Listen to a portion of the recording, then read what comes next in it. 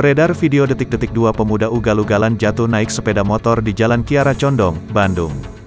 Dalam video amatir, terlihat ada dua sepeda motor dengan masing-masing boncengan.